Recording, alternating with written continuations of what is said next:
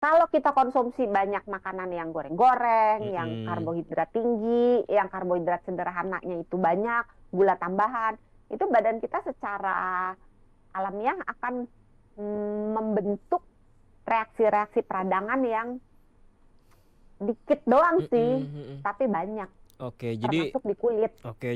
buat pecinta kacang, alternatifnya ya antara kacang rebus atau kacang panggang ya, Dok ya? Iya, heeh. Terus jangan Oke. banyak-banyak juga.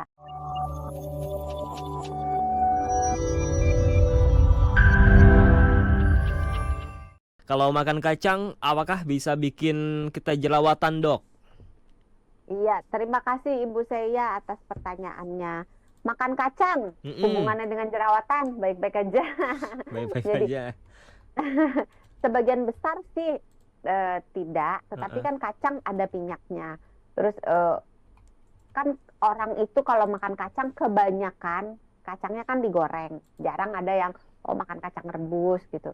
Nah, di dalam kacang sendiri ada minyaknya, sehingga konsumsi seperti kita tahu kalau konsumsi makanan yang terlalu banyak minyaknya, terlalu banyak karbohidrat sederhananya seperti kayak tepung-tepung, gula, sirup, madu gitu. Itu kalau terlalu banyak bisa memicu, mempermudah terjadinya jerawat. Nah, terus jawabannya untuk ibu saya diamati aja apakah ketika makan kacangnya itu yang digoreng terus jerawatan, berarti mungkin minyaknya. Kalau misalnya makan kacang direbus terus enggak, berarti masih aman. Tapi biasanya sepanjang jumlah yang dikonsumsi itu enggak berlebihan, masih oke sih. Kalau gitu logikanya, kita makan yang banyak minyak ya, otomatis minyak kulitnya bertambah juga gitu atau gimana? Enggak secara langsung begitu juga. Enggak Dikirain. secara langsung. Oke, itu kacang digoreng. Kalau kacang dipanggang kan ada juga kacang dipanggang, Dok. Kacang dipanggang itu lebih sehat dibandingkan dengan kacang yang digoreng. Karena Oke. selain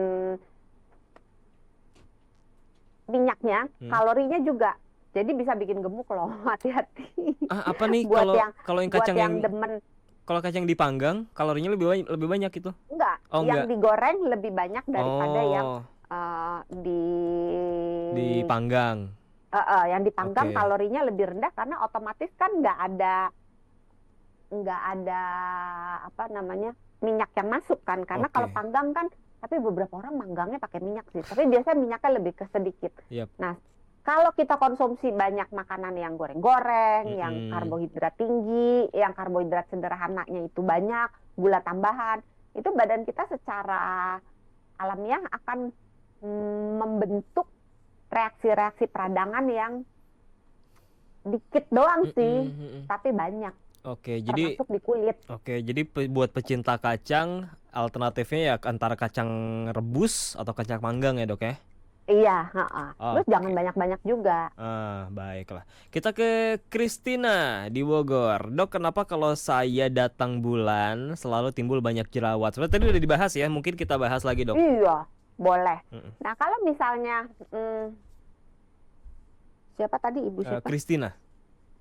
Ibu Kristina. Mm-mm. Kalau misalnya terjadi perubahan hormon, nggak cuman ketika mau haid atau ketika sedang haid, tapi juga ketika ibu hamil gitu ya, atau perempuan-perempuan yang punya gangguan hormon, itu biasanya jerawat akan bermunculan dan itu merupakan respon alami dari tubuh. Hmm. Karena ketika hormonnya kacau, maka tubuh akan membuat kelenjar minyak bekerja dengan lebih aktif.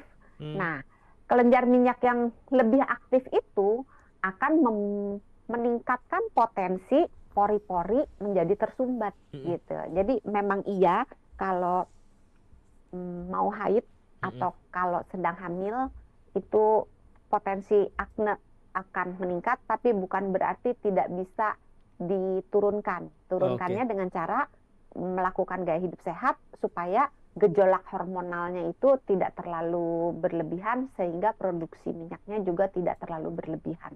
Oke, ini juga sekaligus menjawab pertanyaan dari R di Bandung ya. R juga di Ya, Bandung juga sama nih bertanya soal pas pertama periods seperti apa mengatasinya katanya.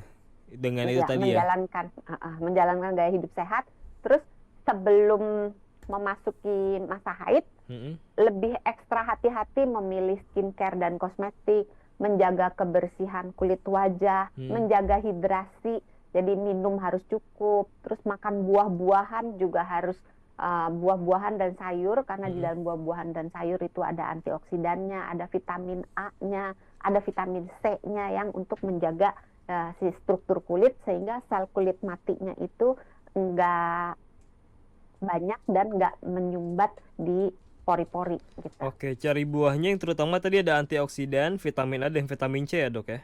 Iya. Oke, terima kasih. Kemudian ada juga Mbak Fitri. Apakah stres bisa bikin jerawat biasa jadi lebih parah atau bahkan muncul jerawat baru? Iya, terima kasih Mbak Fitri pertanyaannya. Seperti di segmen 1, Mm-mm. stres itu secara langsung tidak membuat jerawat, tetapi stres itu bisa membuat jerawat yang ada jadi makin parah. Jerawat yang tadinya tidak terinfeksi, cuman sumbatan aja, kalau dia stres, maka si bakteri akan masuk dan menimbulkan infeksi. Terus yang tadinya misalnya jerawat yang terinfeksinya kecil, dengan adanya stres bisa jadi tambah parah, bisa jadi yang gede banget yang kayak bisul gitu loh. Oke. Pernah nggak lihat orang yang kalau Pernah. punya jerawat gede, merah, melendung banget gitu, dan itu sakit banget. Dan itu bisa terjadi, lebih mudah terjadi kalau orangnya stres. Mudah-mudahan menjawab untuk Ibu Fitri. Yap. Kalau yang kayak gitu tuh ampuh nggak sih dok? Cuma kita pakein salep anti jerawat gitu? Kalau yang udah gede banget kayak bisul, biasanya udah harus ke dokter. Tapi kalau Oke. misalnya yang kecil-kecil, Mm-mm. kalau misalnya mau ngobatin sendiri dengan obat bebas, masih boleh. Nah. Tapi kalau jangan dipencet ya. Tantangan terbesar punya jerawat adalah dipencet. Atau gitu kan. dipegang-pegang. Iya, atau dipegang-pegang. Sekalipun yang megang-megangnya itu, yang ngelus-ngelusnya pipinya itu, jidatnya itu adalah pacarnya, kekasihnya, jangan dikasih. Gitu ya. Karena tangan kita itu kan kotor. Tapi dia cuci tangan dulu loh dok. Gitu. Jangan ya, jangan dipencet, jangan dipegang-pegang. Walaupun ini tangan kayak gatel banget Iya. gitu ya, pengen dicetet gitu biar meletus gitu. Bener. Jangan, karena kalau kita pecahkan dengan kuku, maka kulitnya itu, kuku kita itu memberikan tekanan yang tidak sama, yang tidak merata, sehingga struktur kulitnya itu dalam tanda kutip kayak meletus, pecah gitu. Sama kayak kertas, kalau misalnya kertas gini deh ya, kertas. Kalau kita tusuk pakai pulpen gini, joblos pakai pulpen kan, atau kita tusuk pakai jari gitu, kan pecahnya berantakan kan. Iya. Tapi kalau kita pakai gunting, cekrek gitu, Oke. kan dia rapih gitu. Tapi kalau dipegang itu kan artinya nggak nyampe ditekan dok kalau dipegang aja. Ya kan tangan kita kotor. Itu ya yang bisa bikin makin parah ya. Iya. Oke. Nah, kalau misalnya kita kan ada alat yang untuk mecah, untuk ngeluarin komedo gitu. Oh iya. Heeh. Pernah lihat nggak yang bentuknya Pernah. kayak pulpen? Pernah dok. Nah, itu sebetulnya pilihan yang jauh lebih aman daripada kuku. Jadi kalau misalnya gatel tuh tangan, kalau bisa tahan jauh lebih baik ditahan. Tapi kalau nggak tahan, at least gunakan alat atau ke dokter, biar dokter yang memecahkan sehingga bekas lukanya itu rapih kayak pakai gunting cekrek gitu. Oh, Jadi oke. dia rapetnya bagus lagi gitu, nggak menimbulkan bekas. Kalau kita pencet Ya. sendiri, resiko untuk bekas lukanya itu jadi jelek itu tinggi banget ya.